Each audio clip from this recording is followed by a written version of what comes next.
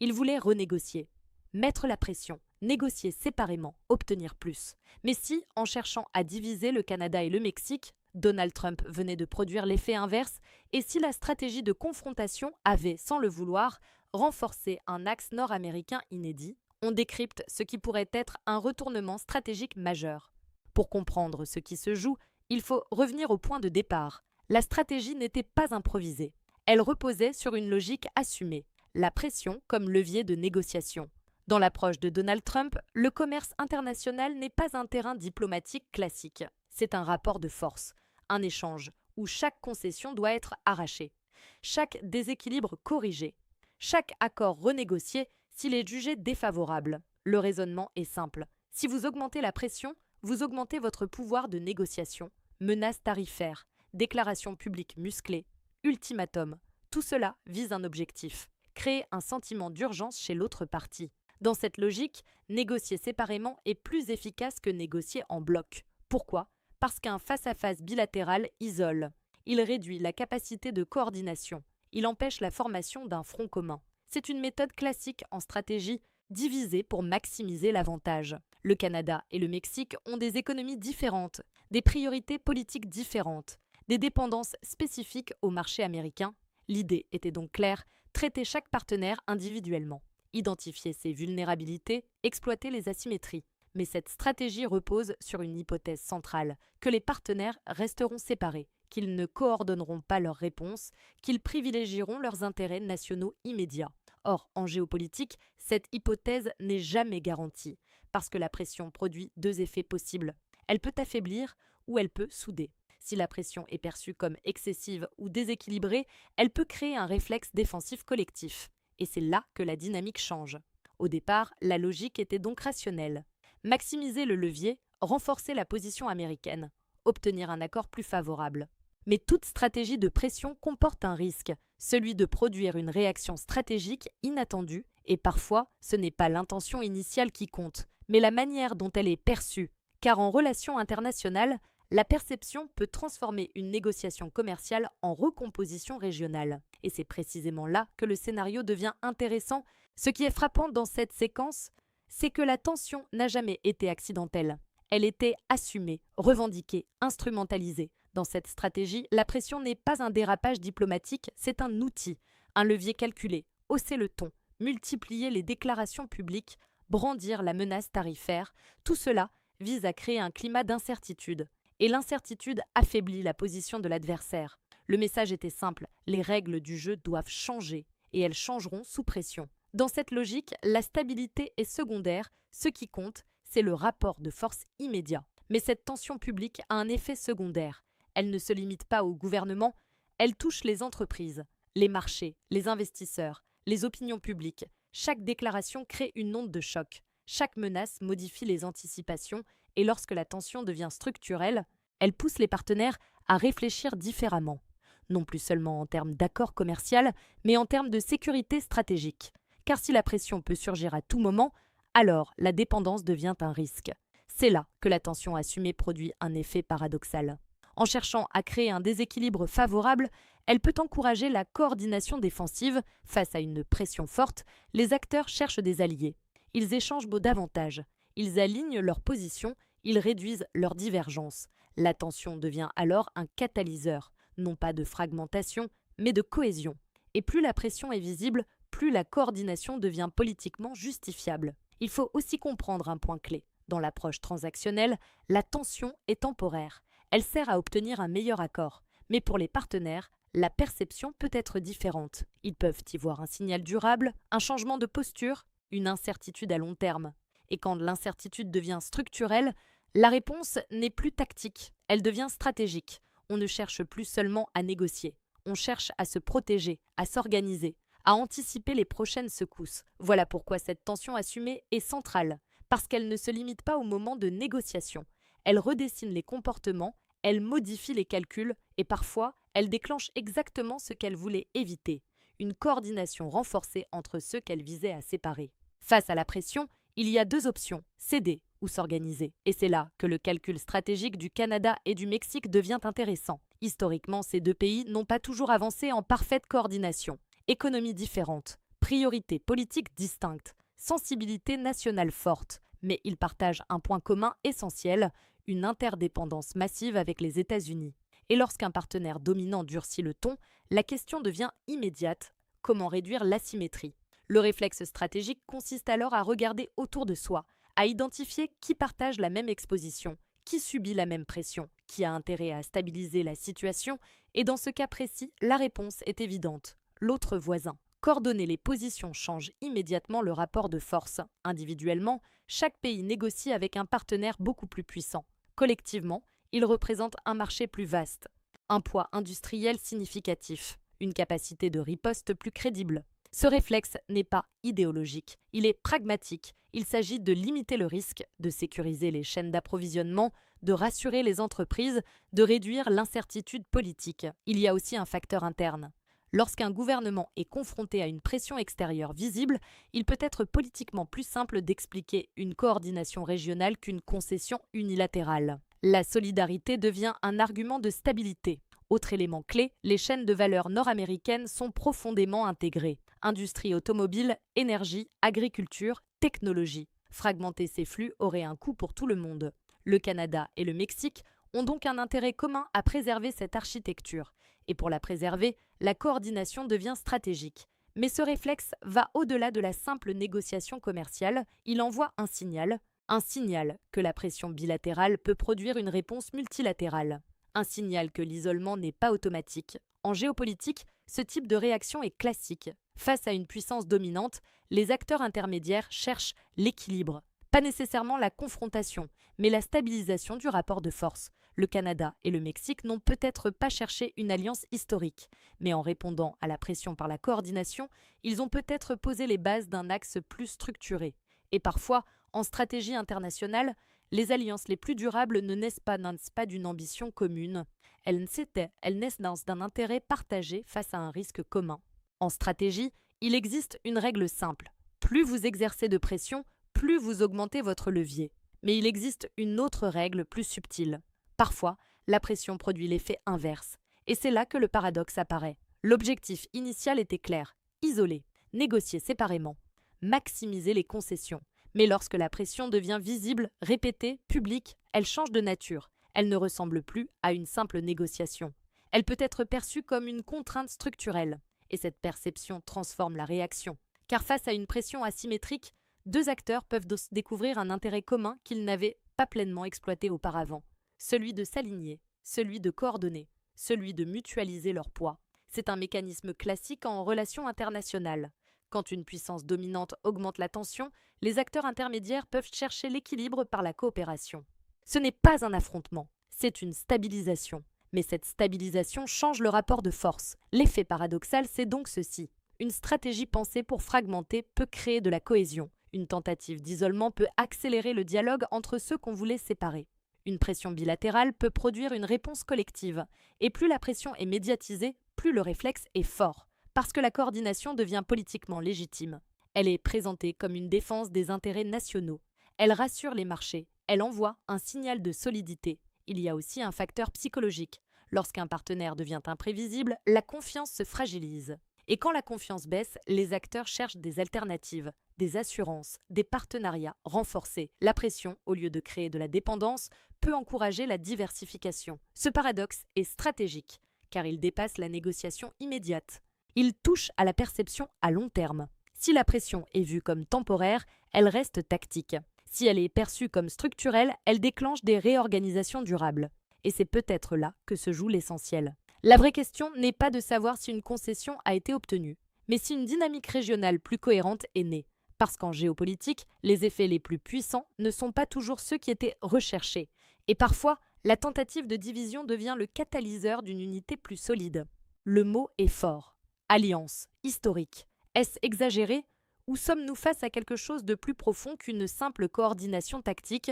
D'abord, soyons précis, il ne s'agit pas d'un traité militaire, ni d'une rupture spectaculaire avec Washington. Les États-Unis restent le partenaire économique central des deux pays. L'interdépendance nord-américaine est massive. Mais ce qui change, ce n'est pas l'existence du lien, c'est sa structuration.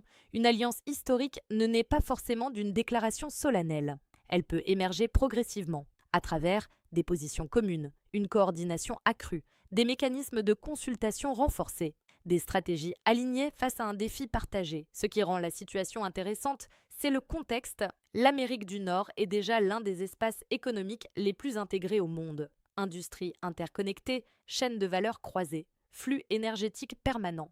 Mais jusqu'ici, l'équilibre reposait largement sur le centre américain. Si le Canada et le Mexique densifient leur coordination, cela modifie subtilement cette architecture. Une alliance historique, ce n'est pas seulement un accord, c'est un changement de réflexe, un changement de posture. Si face à chaque tension future, Ottawa et Mexico choisissent systématiquement la concertation, alors oui, on entre dans une dynamique nouvelle. Il faut aussi regarder le signal externe. Le reste du monde observe.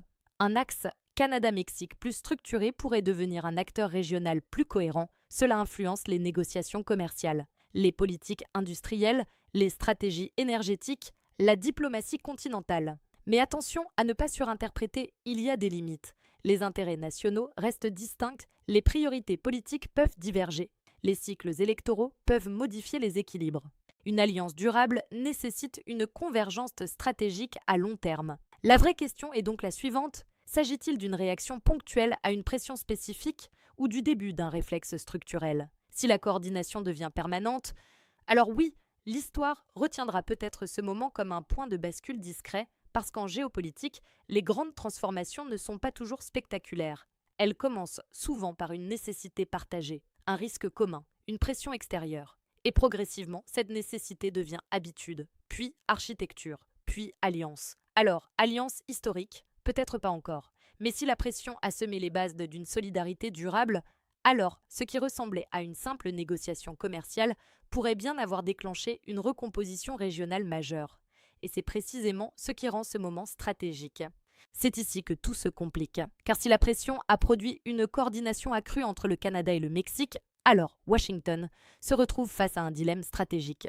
Premier scénario, continuer la pression, maintenir une ligne dure, renforcer les exigences. Mais plus la pression s'intensifie, plus le risque augmente. Le risque de consolider encore davantage le front commun, le risque d'accélérer une dynamique régionale autonome. Deuxième scénario, assouplir, revenir à une approche plus concertée. Mais cela peut être perçu comme un recul, une concession, une perte de levier. Et dans une logique politique interne, cela peut avoir un coût. Le dilemme est donc double. À l'extérieur, comment préserver le leadership sans encourager la coordination défensive? À l'intérieur, comment maintenir une posture de fermeté sans apparaître comme responsable d'un effet inverse? Car les États-Unis restent le pivot économique du continent. Le marché américain est central. Le dollar structure les échanges. Les investissements américains irriguent les chaînes de valeur.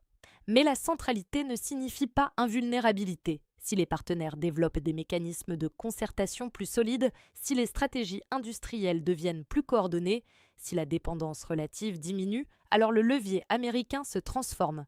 Il ne disparaît pas, mais il devient plus négocié. C'est là tout le dilemme. La stratégie de pression vise à maximiser le contrôle, mais dans un environnement intégré, trop de pression peut réduire l'influence relative, parce qu'elle incite les autres à chercher des alternatives, à mutualiser leur poids, à stabiliser leurs relations sans passer exclusivement par Washington. Il y a aussi un enjeu plus large. Dans un monde où les blocs se structurent, la question du leadership régional devient stratégique. Les États-Unis veulent rester le centre naturel de l'Amérique du Nord. Mais pour rester le centre, il faut parfois rassurer autant que contraindre. Le dilemme américain est donc profondément stratégique. Comment exercer la puissance sans provoquer de rééquilibrage? Comment préserver l'avantage sans déclencher une coalition implicite? Comment négocier durement sans transformer des partenaires en partenaires solidaires face à vous? En réalité, ce dilemme dépasse le Canada et le Mexique. Il touche à la manière dont une grande puissance gère son voisinage. Trop de souplesse peut affaiblir le levier. Trop de pression peut renforcer la coordination adverse. Et c'est là que la stratégie devient un exercice d'équilibre. Un équilibre délicat. Parce que dans un espace aussi intégré que l'Amérique du Nord, chaque mouvement produit une réaction. Et parfois, la vraie bataille ne se joue pas sur les tarifs, mais sur la capacité à maintenir l'adhésion au leadership. Voilà le cœur du dilemme. Derrière la tension politique, il y a une réalité incontournable. L'économie nord-américaine est profondément intégrée, et c'est peut-être là que tout se joue. On ne parle pas de simples échanges commerciaux, on parle de chaînes de valeur imbriquées. Une voiture assemblée aux États-Unis peut contenir des pièces produites au Mexique, conçues au Canada, puis réexportées. L'énergie circule, les matières premières circulent, les capitaux circulent. Cette interdépendance n'est pas théorique, elle est structurelle. Cela signifie une chose essentielle, toute pression commerciale a un effet circulaire. Elle ne frappe pas seulement le partenaire, elle traverse la frontière et revient. Les entreprises américaines dépendent aussi de cette architecture régionale, les agriculteurs, les industriels, les investisseurs. C'est là que le facteur économique devient central. Si le Canada et le Mexique renforcent leur coordination, ils peuvent sécuriser leurs flux mutuels. Ils peuvent harmoniser certaines politiques industrielles, ils peuvent stabiliser leurs échanges face à l'incertitude, et cela réduit l'impact d'une pression unilatérale. Il faut aussi regarder la taille du marché. Ensemble, les trois pays représentent l'un des plus grands espaces économiques mondiaux. Un pouvoir d'achat colossal, un marché intégré, une capacité d'innovation significative. Si cet espace devient plus cohérent entre Ottawa et Mexico, alors l'équilibre interne du continent évolue. Autre élément clé, l'énergie. Le Canada est un acteur énergétique majeur. Le Mexique dispose de ressources stratégiques. Les États-Unis sont devenus un géant énergétique. L'interconnexion est profonde. Et dans un monde marqué par l'incertitude énergétique, la stabilité régionale devient un atout stratégique. Le facteur économique joue aussi sur le long terme. Les entreprises recherchent la prévisibilité. Si la tension devient permanente, elles adaptent leurs décisions. Elles diversifient, elles relocalisent, elles sécurisent leurs approvisionnements. Et ces ajustements peuvent progressivement modifier l'équilibre continental. En réalité, l'économie agit comme une force de rappel. Elle pousse vers la coopération, vers la stabilité, vers l'intégration, même lorsque la rhétorique politique se durcit. C'est pourquoi le facteur économique limite les marges de manœuvre. On peut hausser le ton, renégocier, mettre la pression, mais on ne peut pas ignorer la réalité des interdépendances. Et c'est précisément ce qui rend la situation stratégique, parce que si la pression politique rencontre une architecture économique profondément intégrée, alors la réponse des partenaires ne sera pas seulement diplomatique. Elle sera structurelle, et lorsqu'une réponse devient structurelle, elle peut redessiner durablement les équilibres régionaux. Et si ce qui se joue entre Washington, Ottawa et Mexico dépassait largement l'Amérique du Nord? Parce que ce type de séquence ne se produit jamais en vase clos. Elle s'inscrit dans une transformation plus vaste, une transformation mondiale. Depuis plusieurs années, le commerce international change de nature, moins naïf, plus stratégique.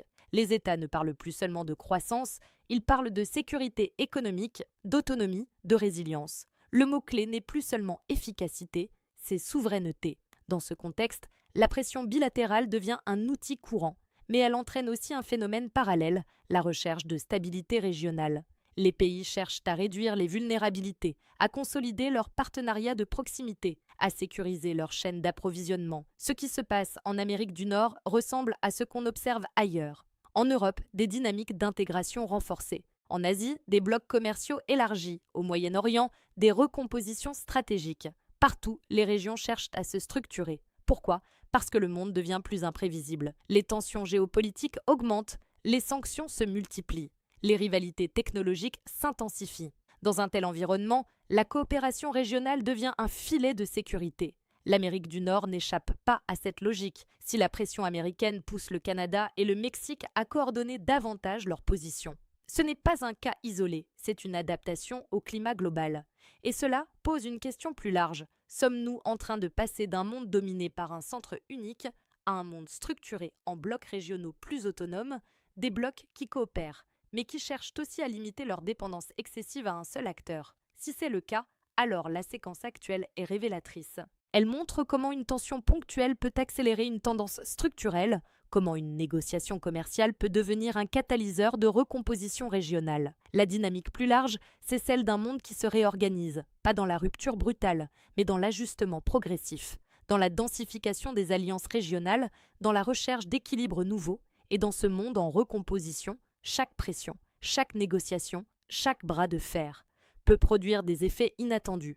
Parce que désormais, les acteurs pensent en termes de blocs, en termes de résilience, en termes de sécurité stratégique, et c'est peut-être cela le véritable changement. Alors, Trump voulait-il diviser le Canada et le Mexique? Probablement négocier en position de force, mais la géopolitique a souvent des effets secondaires. La pression peut fragmenter ou souder, Et dans ce cas précis, elle pourrait avoir accéléré une coordination nord-américaine plus structurée. La vraie question n'est pas de savoir qui a gagné une négociation ponctuelle, mais si une nouvelle dynamique régionale est née.